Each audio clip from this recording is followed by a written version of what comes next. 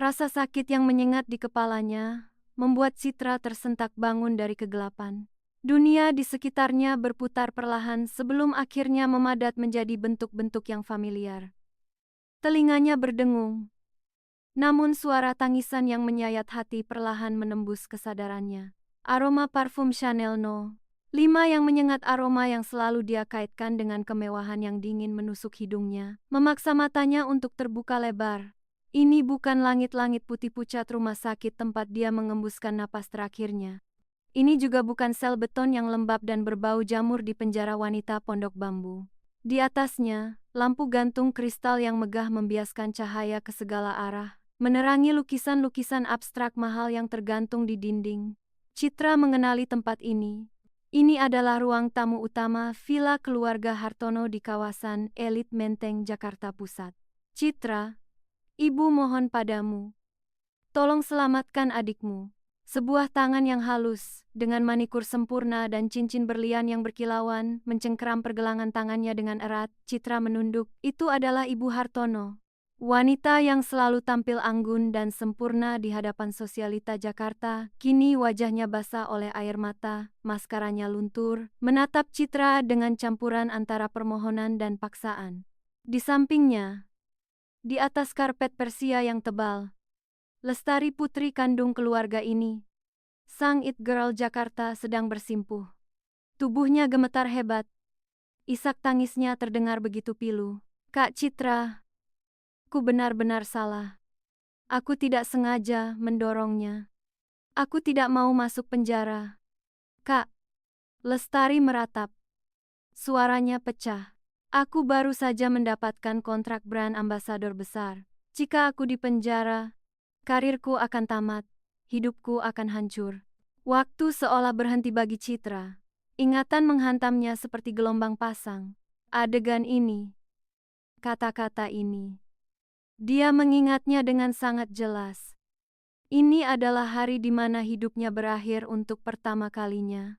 Kemarin malam, di sebuah pesta peluncuran produk kosmetik, Lestari bertengkar hebat dengan seorang model pendatang baru di belakang panggung. Dalam kemarahannya, Lestari mendorong gadis itu hingga jatuh dari tangga darurat. Korban kini koma dengan pendarahan otak.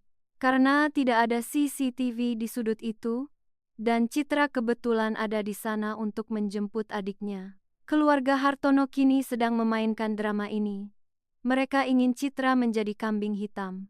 Di kehidupan sebelumnya, hati Citra luluh oleh air mata ibu angkatnya dan wajah ketakutan adiknya. Dia mengangguk, dia menyerahkan dirinya ke kantor polisi. Sebagai gantinya, dia mendapatkan 5 tahun neraka di penjara, dicap sebagai kriminal, ditinggalkan oleh keluarga yang berjanji akan menjaganya, dan dihina oleh masyarakat. Dan yang paling menyakitkan, dia melewatkan cinta tulus dari satu-satunya pria yang pernah peduli padanya, Baskara Pratama. Bayangan wajah Baskara melintas di benaknya, pria dingin pewaris grup Pratama yang menikahinya saat dia tidak punya apa-apa. Pria yang diam-diam melindunginya, namun tidak pernah berani mengungkapkan perasaannya, hingga ajal menjemputnya lebih dulu dalam kecelakaan mobil.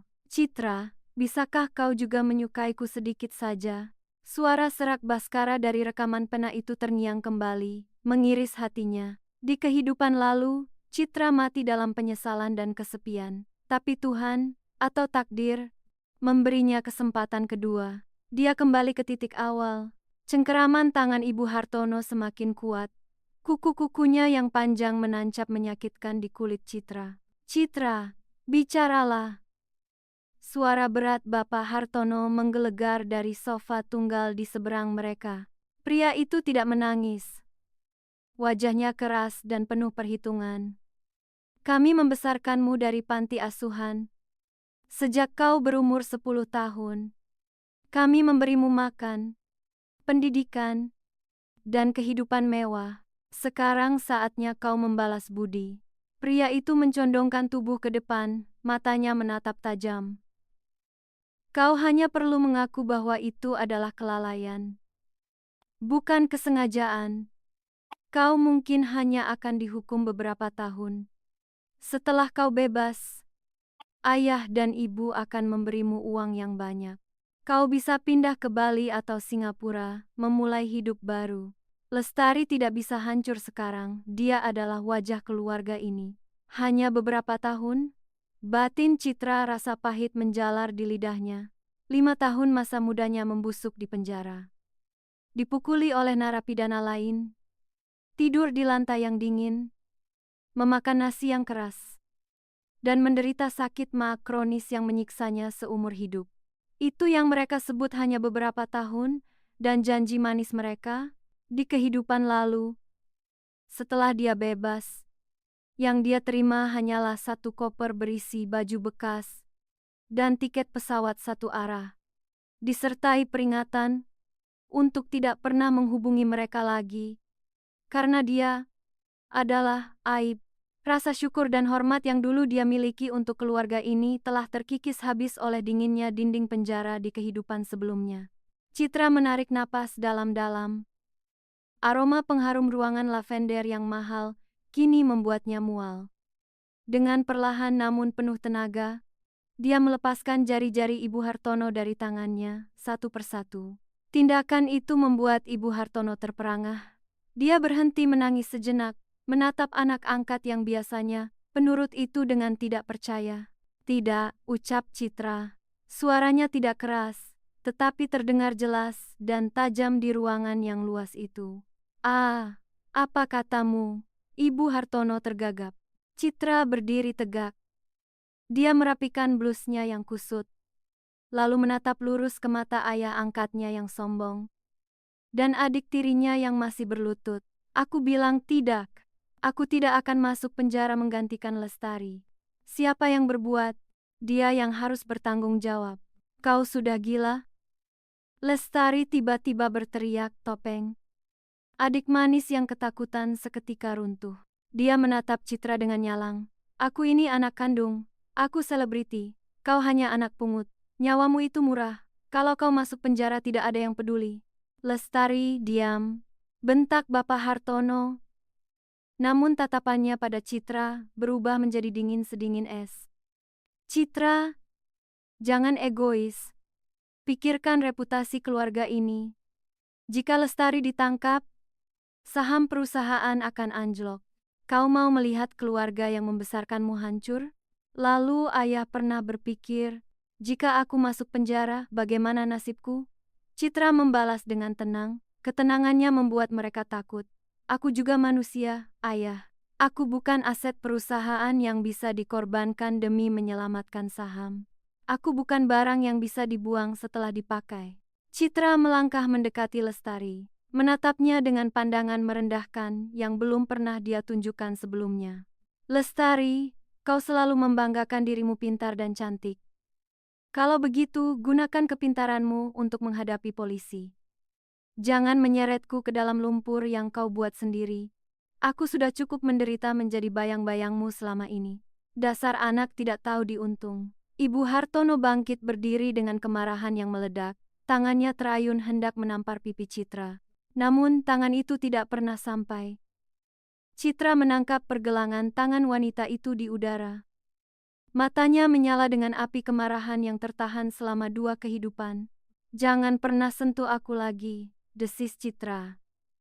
Citra yang bodoh dan penurut sudah mati kemarin malam. Aku tidak berhutang nyawa padamu. Dia menghempaskan tangan itu dengan kasar, lalu berbalik menuju tangga. Berhenti di sana, Bapak Hartono meraung. Memukul meja kaca hingga bergetar. Jika kau melangkah keluar dari pintu kamar itu tanpa persetujuan, jangan harap kau bisa kembali lagi. Aku akan mencoret namamu dari kartu keluarga. Kau akan keluar dari sini tanpa membawa sepeser pun uang dari hartaku. Citra berhenti di tengah tangga. Dia menoleh. Bibirnya melengkung, membentuk senyuman tipis, senyum yang penuh dengan rasa lega. Baguslah.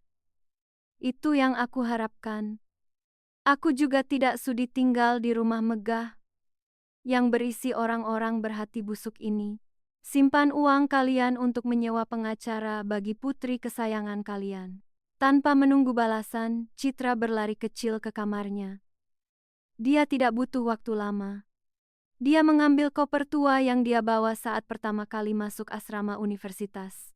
Dia hanya memasukkan beberapa pasang pakaian sederhana, ijazah, paspor, dan buku tabungan kecil hasil kerjanya menjadi guru les privat uang halal yang tidak ada hubungannya dengan keluarga Hartono. Dia meninggalkan semua gaun pesta, perhiasan, dan tas bermerek yang pernah diberikan ibunya sebagai properti untuk menemaninya ke acara sosial.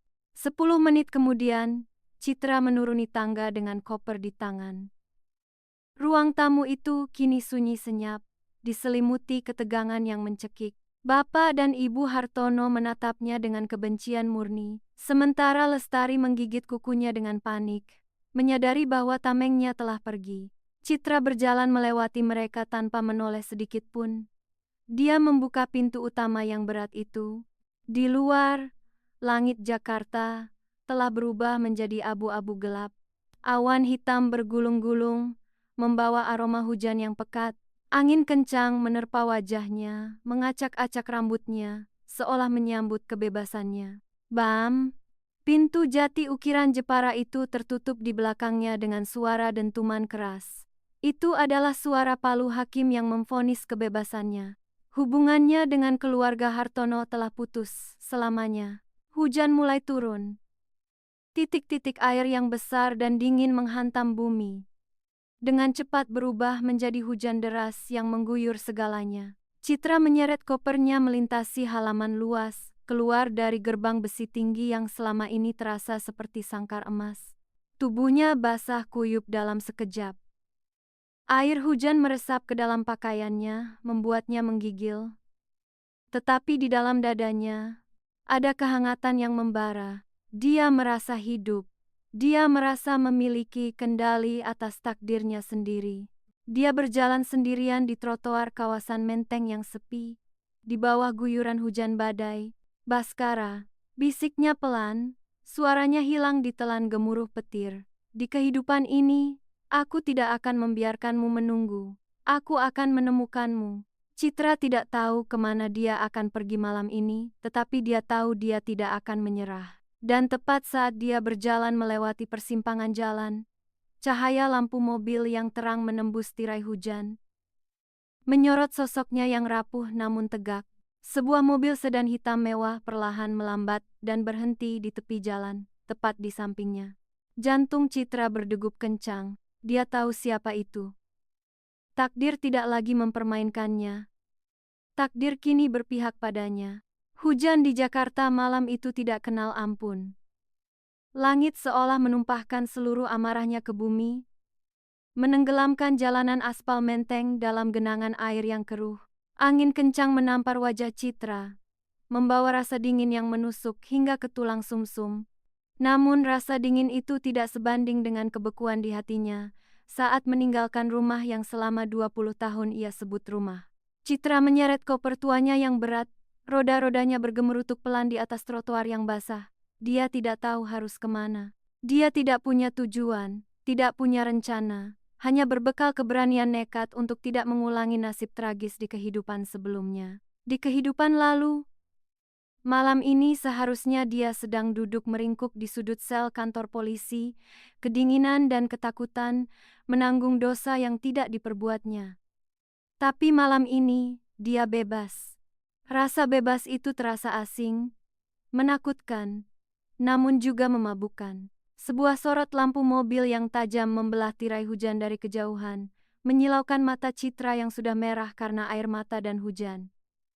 Dia menyingkir sedikit ke tepi, memberi jalan, namun alih-alih melaju, kendaraan itu melambat. Suara mesin yang halus namun bertenaga mendekat, lalu berhenti tepat di sampingnya. Itu adalah sebuah Maybach hitam mengkilap, simbol kekuasaan dan kekayaan yang tak terbantahkan di jalanan Jakarta. Jantung Citra seolah berhenti berdetak. Dia mengenali mobil ini. Dia mengenali plat nomornya, B1ASK. Pintu mobil terbuka dengan sentakan keras, bahkan sebelum supir sempat keluar dengan payung. Seorang pria berjas hitam melangkah keluar, langsung menerjang hujan, tanpa mempedulikan setelan mahalnya yang seharga ratusan juta rupiah itu basah kuyup dalam sekejap. Posturnya tinggi tegap, bahunya lebar, dan aura dominasinya terasa bahkan di tengah badai. Itu dia, Baskara Pratama. Di kehidupan lalu, Citra baru bertemu dengannya bertahun-tahun kemudian, saat Baskara sudah sakit-sakitan dan Citra sudah hancur lebur. Namun Baskara yang berdiri di hadapannya kini adalah Baskara di masa primanya. Wajahnya tampan dengan rahang tegas.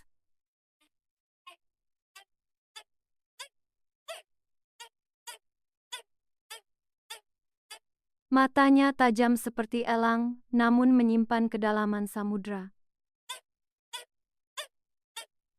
Dan rambut hitamnya kini basah menempel di dahi. Citra.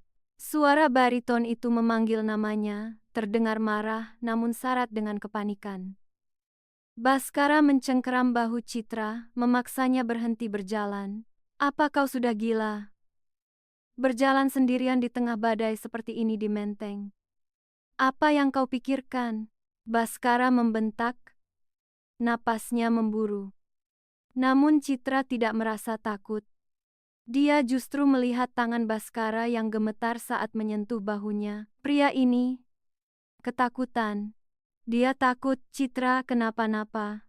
Citra mendongak, menatap wajah pria yang di kehidupan lalu mencintainya dalam diam sampai mati. Air mata Citra kembali tumpah. Kali ini bercampur dengan air hujan, menyamarkan rasa sakit di wajahnya.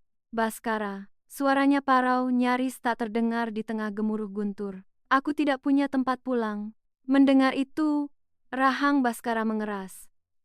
Tatapan matanya berubah menjadi sesuatu yang sulit diartikan, campuran antara kemarahan pada dunia dan kelembutan yang menyakitkan untuk wanita di hadapannya. Tanpa berkata apa-apa lagi, Baskara melepaskan jasnya yang basah, lalu dengan gerakan cepat, dia mengangkat tubuh Citra ke dalam gendongannya. Baskara, turunkan aku, bajumu kotor nanti. Citra memekik kaget, refleks melingkarkan lengannya ke leher pria itu. Diam, potong Baskara tegas. Kau lebih ringan dari kertas. Jangan banyak bicara. Baskara membawanya masuk ke kursi belakang mobil yang hangat. Supir pribadinya, Pak Asep, yang sudah tua dan setia, menatap dari kaca spion dengan wajah cemas. Namun tidak berani bertanya. Jalan, Pak, ke apartemen SCBD. Nyalakan pemanasnya sampai maksimal. Perintah Baskara sambil membanting pintu mobil menutup, memisahkan mereka dari dinginnya dunia luar. Di dalam kabin mobil yang hening dan beraroma kulit mewah serta musk maskulin khas Baskara, Citra menggigil hebat, bukan hanya karena dingin, tapi karena adrenalin yang mulai surut. Giginya bergemeretuk, Baskara tidak duduk diam. Dia mengambil handuk kering yang selalu tersedia di mobilnya, lalu dengan agak kasar namun hati-hati mulai mengeringkan rambut Citra. Kau bodoh, gumam Baskara, tangannya menggosok rambut Citra. Keluarga Hartono itu, apa mereka mengusirmu? Citra menggeleng pelan, matanya menatap lantai mobil. Aku yang pergi. Aku tidak mau menjadi boneka mereka lagi. Tangan Baskara berhenti bergerak sejenak. Dia menatap puncak kepala Citra, lalu perlahan tangannya turun, menyentuh pipi Citra yang dingin. Ibu jarinya mengusap lembut noda air di sana. Bagus, bisik Baskara, suaranya tiba-tiba melembut drastis. Kau tidak butuh mereka, kau aman sekarang. Mobil melaju membelah kemacetan Jakarta menuju kawasan Sudirman Central Business District, SCBD. Citra menyandarkan kepalanya ke jendela, melihat lampu-lampu gedung pencakar langit yang kabur oleh hujan. Di kehidupan lalu, dia sendirian menghadapi dunia. Malam ini, ada kehangatan yang menjalar dari telapak tangan Baskara, yang kini menggenggam erat tangannya yang membeku, seolah takut jika dilepaskan Citra akan menghilang. Apartemen penthouse milik Baskara berada di lantai 50. Dengan dinding kaca yang menyuguhkan pemandangan kelap-kelip kota Jakarta yang tak pernah tidur. Tempat itu luas, bernuansa monokrom hitam putih abu yang dingin, sangat mencerminkan kepribadian Baskara di mata publik. CEO muda yang jenius, dingin, dan tak tersentuh. Namun malam ini, Tempat itu terasa seperti tempat perlindungan. "Mandilah," kata Baskara sambil menyerahkan setumpuk pakaian. Itu adalah kemeja putih kebesaran miliknya dan celana training. "Baju-bajumu basah semua. Kamar mandi ada di sebelah kanan. Gunakan air panas." Citra menurut tanpa bantahan. Saat air hangat dari shower membasuh tubuhnya, dia menangis lagi. Kali ini tangisan lega. Dia hidup. Dia tidak di penjara. Dan Baskara ada di sini, hidup dan sehat. Ketika Citra keluar dari kamar mandi, mengenakan kemeja Baskara yang menenggelamkan tubuh mungilnya, aroma masakan tercium dari arah dapur. Itu bukan aroma masakan restoran mewah, melainkan aroma yang sangat familiar dan membumi. Bawang goreng dan telur. Citra berjalan perlahan ke dapur Island yang modern. Di sana Baskara Pratama, pewaris konglomerat yang biasanya memegang pulpen mahal untuk menandatangani kontrak miliaran rupiah, kini sedang berdiri dengan lengan kemeja digulung hingga siku. Dia memegang spatula dengan ekspresi serius, seolah sedang menghadapi rapat direksi. Mengaduk sesuatu di wajan. Melihat Citra datang, Baskara tampak sedikit salah tingkah. Dia berdehem pelan. "Pembantuku sudah pulang jam segini, dan aplikasi pesan antar makanan sedang down karena hujan." Dalihnya cepat, seolah perlu alasan kenapa dia memasak. "Aku hanya membuat mie instan goreng, pakai telur." Dia menyodorkan piring berisi mie goreng instan yang tampak sedikit terlalu matang dan telur mata sapi yang pinggirannya agak gosong. "Makanlah, kau pasti lapar." Citra menatap piring itu.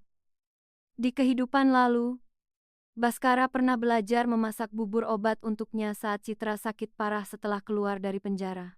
Rasanya hambar dan bentuknya kacau, tapi itu adalah makanan terenak yang pernah Citra makan. Sekarang, melihat mie instan sederhana ini, hati Citra terasa penuh. Baskara yang ini, yang masih muda dan angkuh, ternyata tetaplah Baskara yang sama. Pria yang rela turun ke dapur demi dirinya. Citra duduk di kursi bar tinggi, mengambil garpu, dan menyuapkan mie itu ke mulutnya. Asin, sedikit lembek, tapi hangat. "Bagaimana?" tanya Baskara. Dia bersandar di meja dapur, berusaha terlihat tidak peduli. Tapi matanya lekat memperhatikan setiap ekspresi Citra. Citra mengunyah pelan, lalu menelan. Dia mendongak, memberikan senyuman tulus pertamanya sejak dia hidup kembali. "Enak," kata Citra lembut. "Ini sangat enak, Baskara." Bahu Baskara rileks. Sudut bibirnya terangkat sedikit, membentuk senyum tipis yang sangat jarang dia perlihatkan pada dunia. "Habiskan kalau begitu." Keheningan menyelimuti mereka, tapi bukan keheningan yang canggung. Hanya suara hujan yang mereda di luar, dan denting garpu Citra.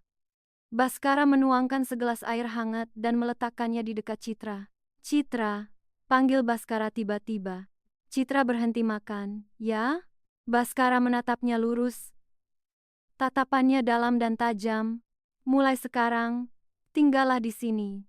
Citra tertegun. "Apa? Rumah ini terlalu besar untukku sendiri." Baskara memalingkan wajah, mengambil gelasnya sendiri. "Lagi pula, di luar sana media pasti akan segera mencium berita tentang pertengkaran di keluarga Hartono. Jika kau tinggal di hotel, wartawan akan menemukanmu. Di sini, keamanan ketat. Tidak ada yang bisa menyentuhmu." Alasannya logis, sangat pragmatis. Tapi Citra tahu ada lebih dari itu. Di kehidupan lalu, Citra selalu merasa rendah diri di hadapan Baskara. Dia merasa kotor, mantan narapidana yang tidak pantas bersanding dengan pangeran bisnis. Dia selalu menunduk, menjaga jarak. Tapi malam ini, Citra ingat janjinya pada dirinya sendiri. "Kiep ini, aku akan mencintainya dengan benar." Citra meletakkan garpunya. Dia turun dari kursi, berjalan mendekati Baskara yang berdiri menjulang di hadapannya. "Baskara," panggil Citra pelan. Pria itu menoleh. Jarak mereka hanya tinggal 1 langkah. Citra bisa mencium aroma sabun mandi yang segar dari tubuh pria itu. "Kenapa kau begitu baik padaku?"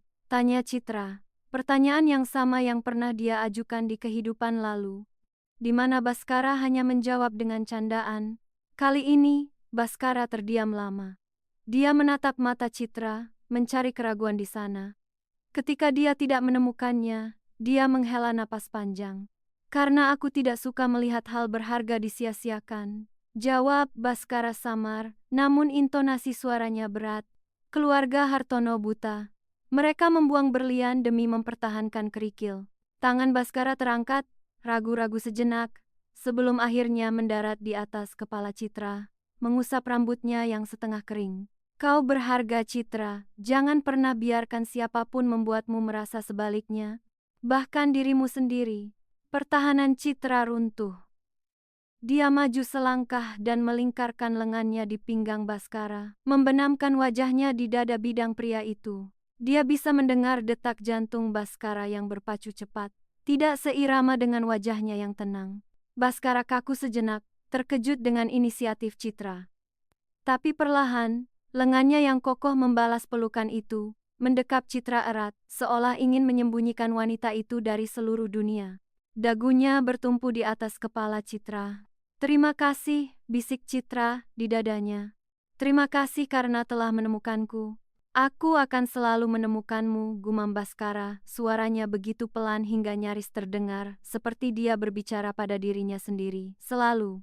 Malam semakin larut, Baskara mengantar Citra ke kamar tamu yang ternyata sudah tertata rapi, seolah-olah sudah disiapkan untuknya sejak lama. Spray sutra warna abu-abu, bantal yang empuk, dan diffuser aroma chamomile yang menenangkan. "Tidurlah. Kunci pintunya jika kau merasa tidak aman," kata Baskara sambil berdiri di ambang pintu. "Aku percaya padamu," jawab Citra singkat sambil menarik selimut. Baskara menatapnya lama, lalu mengangguk dan menutup pintu perlahan. Citra berbaring di tempat tidur yang nyaman itu. Tubuhnya lelah luar biasa, tapi pikirannya tenang. Dia meraba saku celananya yang dia pindahkan dari baju lamanya, menyentuh jimat keberuntungan kecil sebuah koin kuno yang dulu pernah diberikan ibu Baskara padanya di kehidupan lalu. Dia tersenyum. Takdir sedang berputar, roda nasib telah berubah arah. Sementara itu, di ruang kerja pribadinya, Baskara tidak langsung tidur. Dia berdiri menghadap dinding kaca, memandang Jakarta yang basah. Dia menyalakan sebatang rokok, menghisapnya dalam-dalam, lalu menghembuskan asap putih ke udara. Tangannya yang memegang rokok sedikit gemetar. Dia mengeluarkan ponselnya, membuka galeri foto yang terkunci. Di sana, ada foto Kandit Citra dari masa kuliah, sedang tertawa lepas di kantin kampus. Foto yang dia ambil diam-diam bertahun-tahun yang lalu. Baskara memejamkan mata. Ingatan itu datang lagi. Bukan ingatan masa kini, tapi ingatan dari mimpi buruk yang panjang. Ingatan tentang Citra yang kurus kering keluar dari gerbang penjara. Ingatan tentang Citra yang menangis di pemakamannya. Ingatan tentang rasa sakit saat mobilnya menabrak pembatas jalan. Dan kesadaran terakhirnya hanyalah penyesalan karena belum mengatakan, "Aku mencintaimu." Ketika dia terbangun pagi ini, dan menyadari tanggalnya telah mundur 5 tahun, hal pertama yang dia lakukan bukan mengecek saham perusahaan, melainkan menyuruh orang memantau villa keluarga Hartono. Dia tahu hari ini akan terjadi. Dia tahu Citra akan diusir. "Maafkan aku, Citra," bisik Baskara pada bayangan dirinya di kaca. "Di kehidupan lalu aku terlambat. Aku pengecut yang hanya berani mencintaimu saat aku sudah tiada. Tapi kali ini..." Dia mematikan rokoknya di asbak dengan gerakan tegas. Matanya berkilat tajam, penuh tekad yang berbahaya. "Kali ini, siapapun yang menyakitimu, akan berhadapan denganku. Lestari, keluarga Hartono. Kalian akan membayar setiap air mata yang jatuh dari mata istriku." Pintu kamar Citra tertutup rapat, dan di dalamnya, wanita itu tertidur lelap tanpa mimpi buruk untuk pertama kalinya dalam bertahun-tahun. Di luar pintu, seekor singa sedang berjaga, siap mencabik siapa saja yang berani mengganggu tidurnya. 3 hari setelah Citra meninggalkan rumah, serangan dari keluarga Hartono dimulai. Mereka tidak diam saja. Menggunakan pengaruh dan uang mereka, Ibu Hartono tampil di televisi nasional dengan wajah sembab yang dibuat-buat. Dia memutarbalikkan fakta, menuduh Citra sebagai anak angkat yang tidak tahu berterima kasih, yang mencuri perhiasan lalu kabur, dan bahkan menuduh Citralah yang sebenarnya mendorong korban, lalu memfitnah adiknya sendiri Lestari. Media sosial meledak. Netizen Indonesia yang mudah terprovokasi membanjiri akun media sosial Citra dengan hujatan. Dasar anak pungut tidak tahu diri. Keluarga Hartono terlalu baik, pantas saja dia jadi ular. Di dalam penthouse mewah SCBD, Citra duduk di sofa, membaca komentar-komentar itu di tabletnya. Anehnya, dia tidak merasa sakit hati. Di kehidupan lalu, kata-kata ini akan membunuhnya perlahan. Tapi sekarang, dia hanya merasa kasihan pada keputusasaan keluarga Hartono. Sebuah tangan hangat mengambil tablet itu dari tangannya dan mematikannya. Baskara berdiri di sana, mengenakan kemeja putih yang lengan bajunya digulung, memancarkan aura tenang namun berbahaya. "Jangan kotori matamu dengan sampah itu," kata Baskara datar. Waktunya sudah tiba. Baskara menyalakan televisi layar datar yang besar di dinding. "Apa yang kau lakukan?" tanya Citra. "Menghancurkan mereka, sampai ke akar-akarnya." Di layar televisi, sebuah konferensi pers dadakan sedang berlangsung, bukan dari keluarga Hartono, tapi dari Kepolisian Metro Jaya, didampingi oleh tim pengacara elit dari Pratama Group. Seorang juru bicara polisi berbicara dengan tegas. "Berdasarkan bukti baru yang diserahkan oleh tim hukum Bapak Baskara Pratama, kami telah menemukan rekaman asli dari kamera dashboard mobil yang parkir di seberang gedung kejadian, serta kesaksian dari petugas kebersihan yang sempat disuap untuk tutup mulut." Layar berganti menampilkan video yang agak buram namun jelas. Di sana, terlihat Lestari dengan gaun merah, mencoloknya mendorong korban dengan penuh amarah hingga jatuh terguling. Tidak ada Citra di sana. Citra baru datang lari tergesa-gesa setelah korban jatuh. Video itu juga memuat rekaman suara pertengkaran mereka. Suara cempreng Lestari terdengar jelas. "Kau pikir kau siapa? Aku bisa menghancurkan karirmu dalam sedetik." Dunia maya yang tadinya menghujat Citra seketika hening. Lalu, gelombang kemarahan berbalik arah seperti tsunami. Di layar, berita beralih ke siaran langsung penjemputan paksa. Polisi mendatangi Villa Menteng. Kamera menangkap momen ketika Lestari, yang masih mengenakan piyama sutra, diseret keluar dengan tangan di borgol. Dia menjerit-jerit histeris, memanggil ayahnya. Bapak dan Ibu Hartono berusaha menghalangi polisi, namun mereka didorong mundur. Wajah sombong Bapak Hartono kini pucat pasi, saat wartawan menyorongkan mikrofon, bertanya tentang suap dan fitnah terhadap Citra. Saham perusahaan Hartono terlihat terjun bebas di bursa efek. Garis merah yang menandakan kebangkrutan sudah di depan mata. Citra menatap layar dengan mata berkaca-kaca. Keadilan yang dia nantikan selama 2 kehidupan akhirnya terwujud. Bukan dengan pengorbanan dirinya, tapi dengan kebenaran yang terungkap. "Sudah berakhir," bisik Baskara duduk di sampingnya dan merangkul bahunya. "Mereka tidak akan bisa menyakitimu lagi. Lestari akan dipenjara minimal 10 tahun atas percobaan pembunuhan. Orang tuanya akan sibuk dengan tuntutan hukum dan kebangkrutan." Citra berbalik dan memeluk Baskara erat-erat. Dia membenamkan wajahnya di dada bidang pria itu, mendengarkan detak jantungnya yang kuat. "Terima kasih. Terima kasih, Baskara," isaknya. "Kenapa kau melakukan semua ini untukku? Aku bahkan belum melakukan apa-apa untukmu." Baskara terdiam sejenak, tangannya mengusap punggung Citra dengan lembut. Suasana di ruangan itu berubah, menjadi hening dan intim. "Citra," panggilnya lembut. Citra mendongak, menatap mata hitam kelam itu.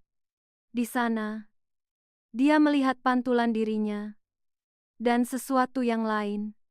sesuatu yang sangat dalam dan menyakitkan. Ada sesuatu yang ingin aku tanyakan padamu, kata Baskara. Suaranya sedikit bergetar, menghilangkan topeng dingin yang biasa dia pakai. Dia menangkup wajah Citra dengan kedua tangannya.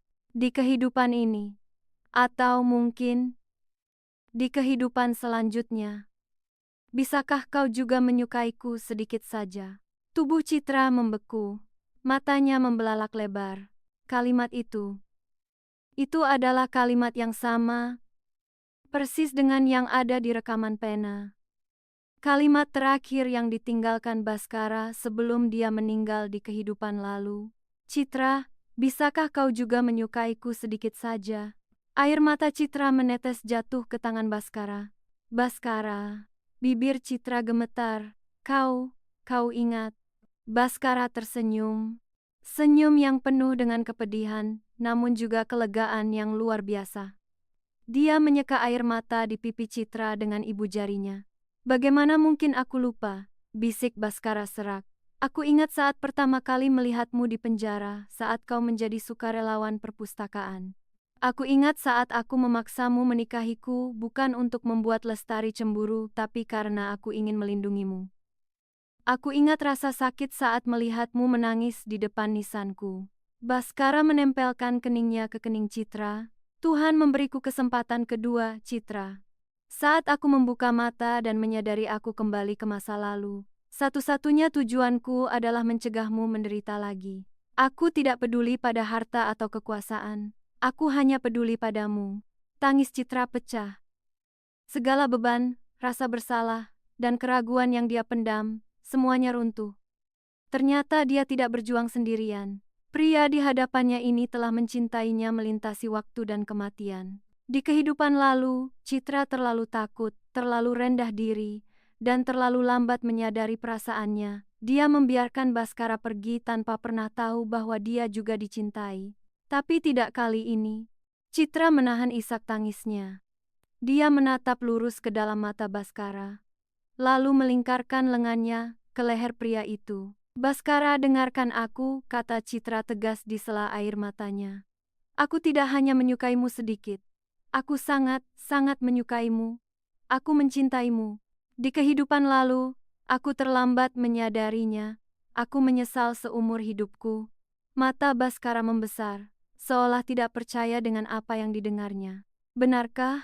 Tanyanya lirih, seperti anak kecil yang takut harapannya hancur. Benar.